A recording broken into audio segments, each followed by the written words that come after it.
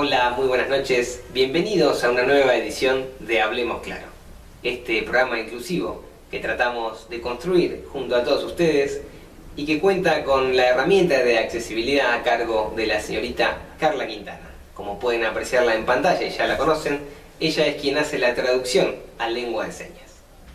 Para comunicarse con nosotros pueden hacerlo mediante mensaje de texto al 154 53 35 30. Les reitero, 154 53 35 30 o mediante correo electrónico a hablemosclaro02@gmail.com. En el día de hoy vamos a hablar sobre La Perla. Es un campo de concentración que queda ubicado en la ciudad de Córdoba, a 12 kilómetros de la capital, en la autopista que une dicha capital con la ciudad de Carlos Paz. Allá por el año 1976 tuvo lugar en La Perla, este campo de concentración en el cual fueron torturadas y asesinadas entre 2.500 y 3.000 personas. Para eso nosotros, junto con la producción, elaboramos una nota exclusiva con la periodista y escritora Ana Mariani. Ella es oriunda de la ciudad de Córdoba y fue hasta Trelew a presentar su libro titulado La Perla, en conmemoración al 41º aniversario de la masacre en Trelew. La compartimos.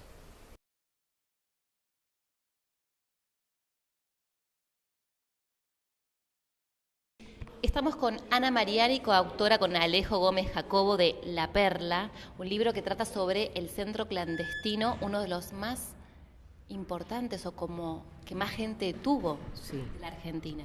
Sí, es el tercer campo en importancia en cuanto a la cantidad de víctimas que tuvo. Se calcula que pasaron por La Perla entre 2.500 y 3.000 personas, o sea que está en tercer lugar, lamentablemente, después de la ESMA y de Campo de Mayo. Dentro del interior del país, obviamente, fue el campo de concentración que mayor víctimas tuvo. Por Córdoba, por este centro clandestino que funcionó desde el 74 hasta él. No, empieza a funcionar en realidad a principios del año 76 y termina, digamos, su funcionamiento como campo de concentración en 1978, a fines de 1978. Incluso encontramos a la persona, por suerte, que fue la última que se fue del campo de concentración. Por eso hay un capítulo en el libro que tenemos con Alejo que se llama La mujer que pagó la luz, que es la última sobreviviente que se puede ir de La Perla.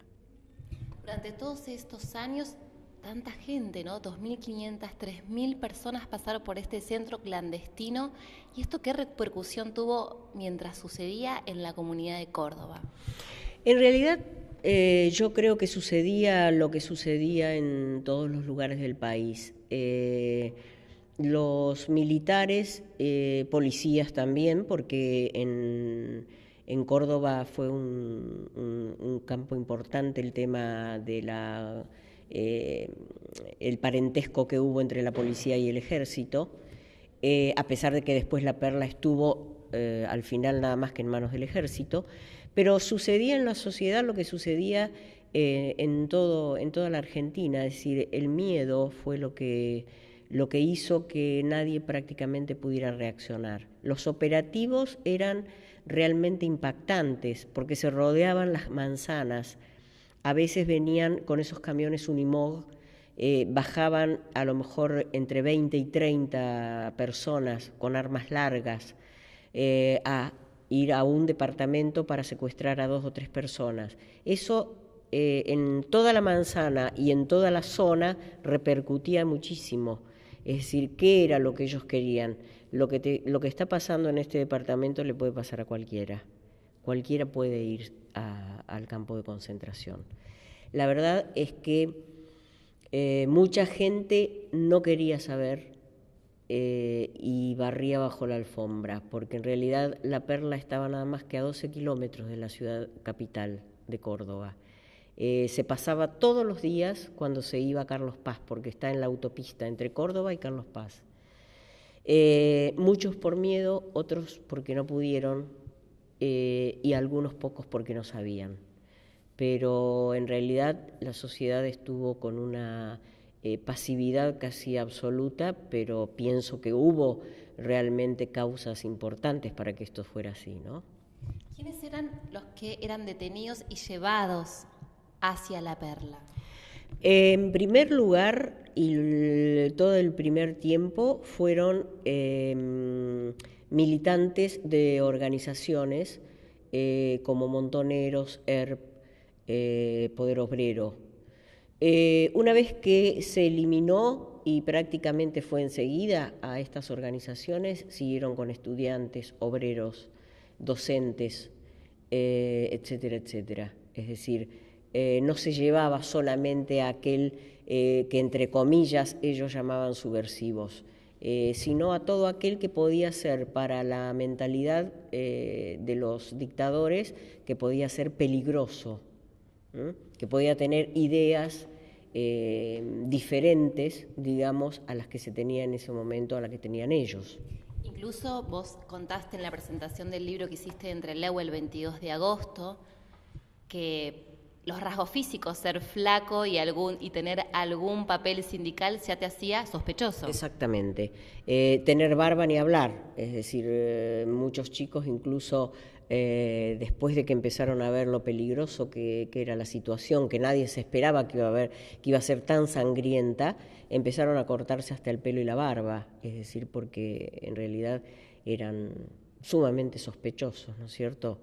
Es decir, tenían ideas raras aquellos que tenían estas características. Y bueno, si estaban delgados, iban con un libro abajo del brazo, también eran sospechosos, como esta mujer que contamos en el libro, ¿no es cierto?, que la vieron en la calle y la levantaron porque tenía esas características.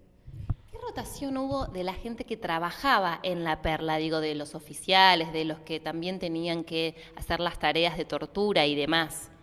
En realidad, toda la responsabilidad máxima es de Luciano Benjamín Menéndez, que era el comandante en ese momento del Tercer Cuerpo. Pero a partir de allí existen infinidad de nombres. En este momento hay 41 personas sentadas en el banquillo de los acusados en Córdoba en la mega causa La Perla. Hay policías y hay también civiles, porque hubo también civiles que colaboraron en La Perla y que torturaron y que mataron. O sea que cuando hablamos de golpe cívico-militar estamos hablando de que también hubo civiles que colaboraron. En realidad no había rotaciones demasiado grandes, casi todos los nombres eran más o menos los mismos, y la guardia era la guardia de gendarmería. Quienes tenían a cargo cuidar a los secuestrados era gendarmería. En realidad, nosotros en alguna oportunidad hemos hablado con algunos gendarmes que no tenían una formación militar y nos decían que la verdad que era terrible para ellos tener que estar cuidando a los secuestrados, viendo cómo se torturaba y cómo se mataba. Pero lo seguían haciendo. Lo seguían haciendo por órdenes, evidentemente, de sus superiores. Incluso uno de los capítulos del libro La Perla que hicimos con Alejo, habla el hijo de un represor que fue de gendarmería, pero que se dedicaba a lo que se dedicaban muchos cuando venían a hacer un allanamiento y a secuestrar, a robar. Levantaban no solamente a la gente, sino que levantaban todo lo que podían. Este gendarme, que es uno de los capítulos del libro La Perla, era uno de los ladrones más grandes que hubo. Se llevaba todo lo que encontraba, desde dinero, muebles, joyas, televisores, lo que encontrara a su paso, junto con los chicos a los que iban a secuestrar, ¿no? Chicos digo porque casi toda la gente fue gente muy, muy joven.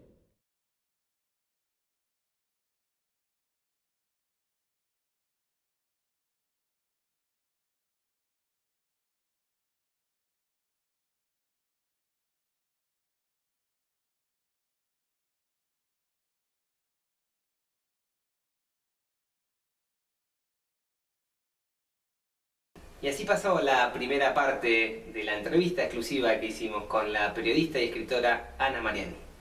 Quédate ahí, no te muevas de la pantalla, que ya continuamos con más Hablemos Claro. Comienzo espacio publicitario. Si pone en peligro mi vida, si pone en peligro mi salud física, psíquica o emocional. Si el embarazo es producto de una violación. Si además la víctima es una mujer con padecimiento mental. En todos estos casos el aborto está permitido legalmente y no requiere autorización judicial. Solo es necesario expresarlo ante un profesional. El Estado debe prestar el servicio de manera eficiente. La objeción de conciencia no es excusa para negar la práctica. Las mujeres decidimos, el Estado garantiza, la sociedad respeta. CLADEM Argentina. Fin espacio publicitario.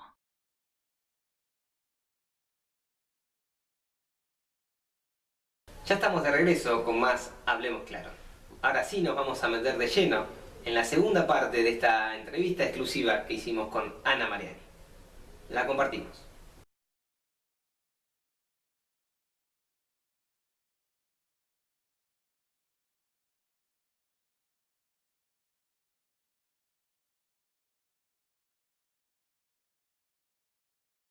¿Qué pasaba con las mujeres que estaban embarazadas y eran secuestradas? ¿Qué pasaban con esos bebés?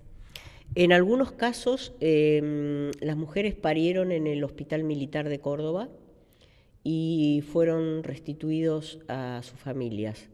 En otros casos, como el de Silvina Parodi, que es un caso emblemático en Córdoba, porque Sonia Torres es abuela de Plaza de Mayo de Córdoba, la secuestran a Silvina embarazada de 6 meses y medio junto con su esposo y se supone que su hijo lo tiene en estos momentos alguien que no sabemos quién es, y se está ventilando esta causa también en el juicio de La Perla, porque se supone que ha parido y ha sido llevado a algún hogar de militar o vinculado a los militares. ¿Se ha tomado el libro La Perla que hicieron con Alejo como prueba o como documento válido en el juicio? Sí, en este momento, por un testimonio que hay en el libro, se ha pedido que sea prueba en el juicio. Y hay un hecho que,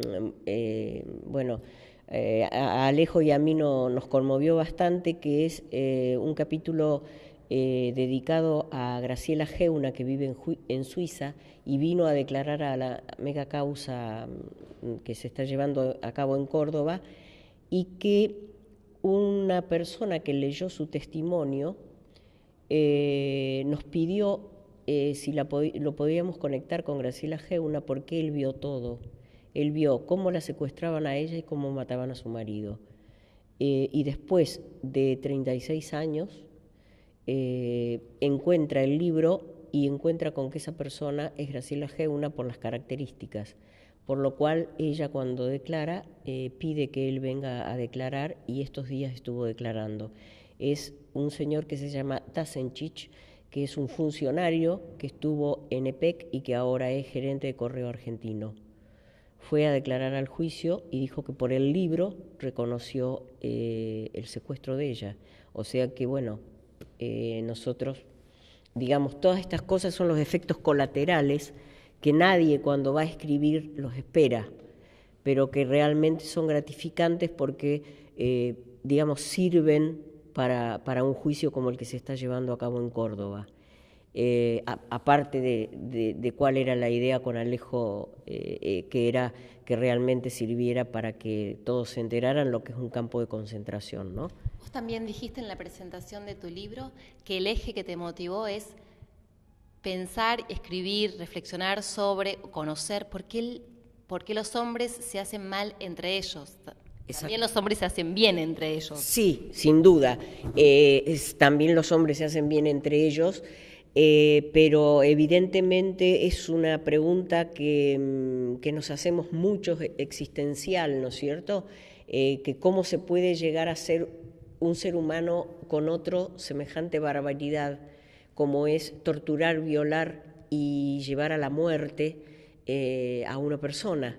Es decir, al mismo tiempo, en el campo de concentración hubo gente que pudo ser solidaria con otro, que traían de la sala de tortura a una mujer o a un hombre totalmente herido, y había médicos que eran secuestrados también y que a escondidas le prestaban ayuda, la pequeñísima ayuda que le podían dar, ¿no es cierto? Porque no eran atendidos, no había médicos ni nada que se le pareciera.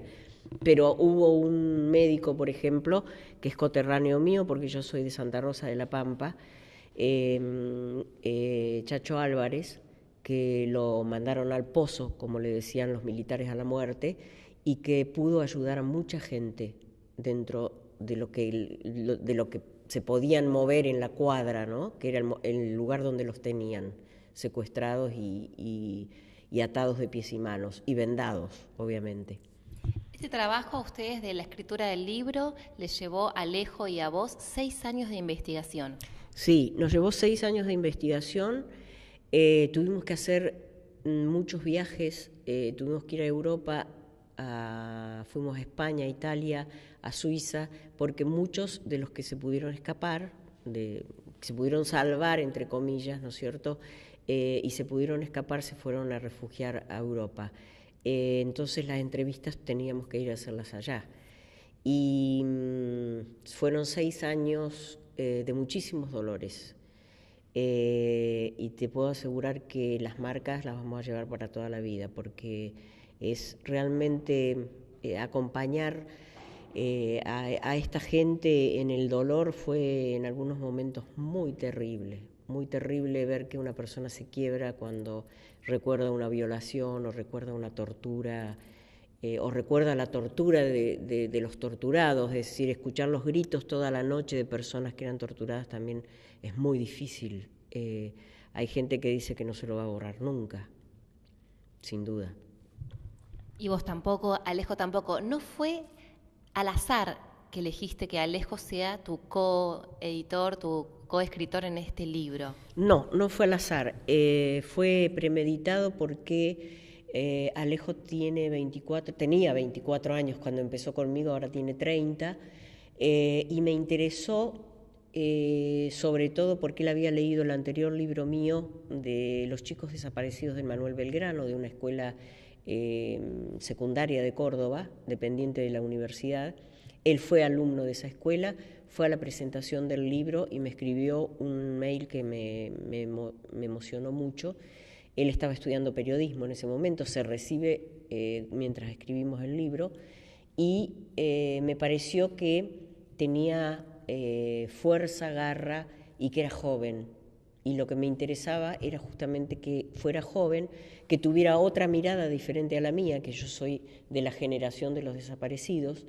Él no había nacido cuando fue el golpe militar.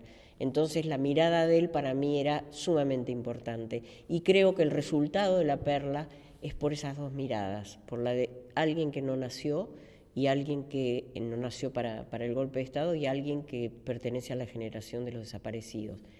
En definitiva, creo que van a ser los jóvenes los que van a tener que seguir con esto y mantener viva la memoria.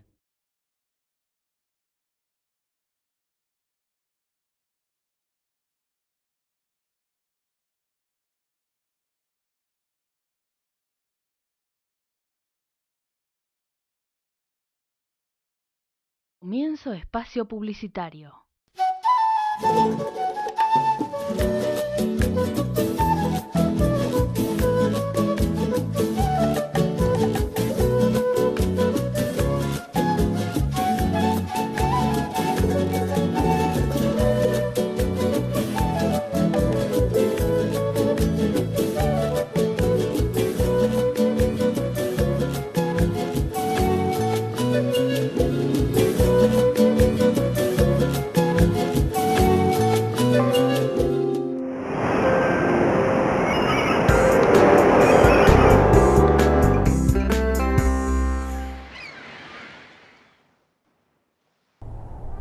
Desde una galaxia muy, muy lejana del planeta Pizzápolis llegó Super Pizza.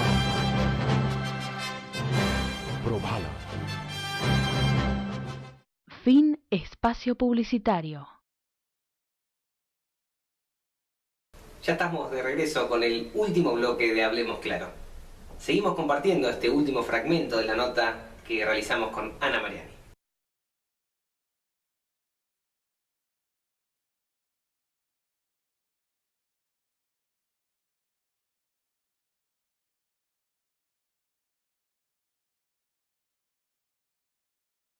¿Cómo fue la cuestión del lenguaje, la singularidad de una generación también, que también se plasma en lo literario, en una forma de escribir, en un estilo, en una forma de ver el mundo? Tratamos de respetarnos cada uno su forma de escribir. De cualquier manera, en algunos puntos tuvimos que, obviamente, tener afinidad y decir, bueno, esto tiene que salir de tal forma para que no sean estilos tan diferentes. Pero en realidad yo le respeté a él todo lo que me iba aportando, y él a la vez iba aprendiendo un montón de cosas, porque yo ya venía, digamos, de escribir sobre derechos humanos de muchísimos años. Pero de cualquier manera fuimos aprendiendo uno del otro, ¿no? Él de mí y yo mucho de él también. ¿Qué cosas aprendiste? Aprendí a tener un poco más de objetividad, si se puede decir que se tiene objetividad, que es muy difícil, como para mirar un poco más los hechos de afuera, a ser un poco más paciente con respecto al apuro que yo tenía para que este libro saliera cuanto antes. Con Alejo pensamos, hay que hacerlo más bien despacio porque es muy doloroso, es decir, y para él fue bastante choqueante encontrarse con esta temática. ¿Por qué ese apuro tuyo? Probablemente el apuro mío era porque quería que saliera cuanto antes y que coincidiera la salida con la mega causa, con La Perla. Y bueno, finalmente fue, pero después de 6 años, claro. Y Alejo en ese sentido es un poco más tranquilo que yo. Bueno, tiene la tranquilidad de tener la vida por delante, quizás. Lo mío era un apuro probablemente de generación, ¿no es cierto?, de pertenecer a otra generación y bueno, tener apuro de que la gente lo conozca cuanto antes. Los lectores pueden ser jóvenes, entonces, adultos, gente que tenga formación política o que sea analfabeta político y se quiera enterar de qué pasó, qué sucedió en La Perla. Sin duda, sin duda, esto es para todo el mundo. Nosotros incluso lo escribimos de una manera, por supuesto que hay muchísimo dolor en las páginas de La Perla, muchísimo dolor, no se puede leer como una novela, no se puede leer de golpe. Es decir, hay que ir leyéndolo de a poco para ir, tratando de sufrir lo menos posible.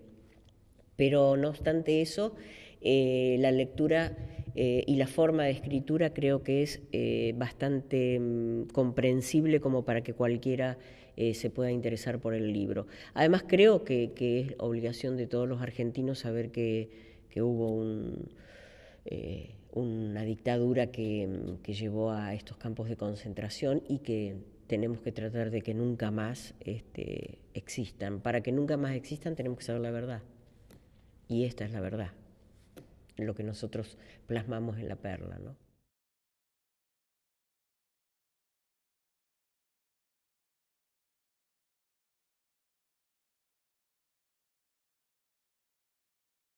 Comienzo espacio publicitario. La señorita Natalie Parra se viste en Creaciones Cristina, Moreno 730, local 4. Defensoría del Público. Reclamos al 0800-999-3333. www.defensadelpublico.gov.ar.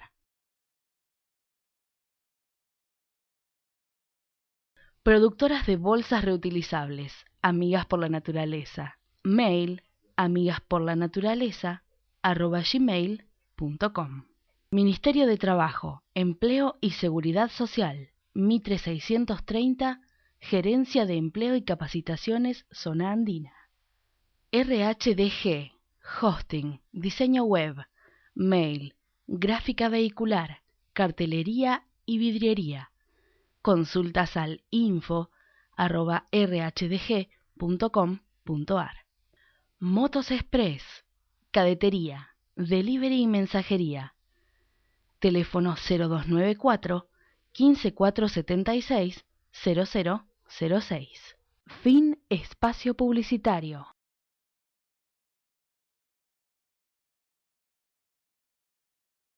Y así hemos concluido con la nota realizada a la señora Ana Mariani. Desde Hablemos Claro le mandamos un fuerte abrazo y le agradecemos mucho su colaboración en esta edición especial que hemos hecho hoy sobre La Perla. Si quieren comprar su libro, por supuesto pueden hacerlo buscándolo en internet o comunicándose a nuestros mensajes por mensaje de texto, al 154 53 35 30.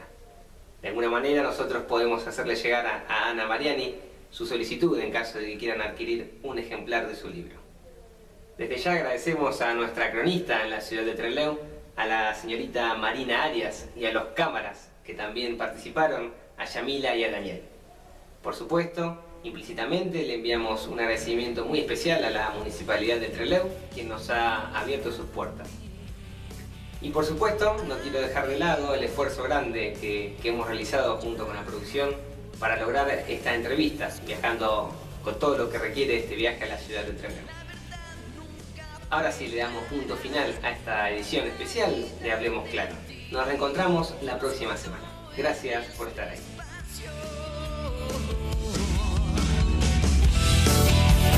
Hablemos claro.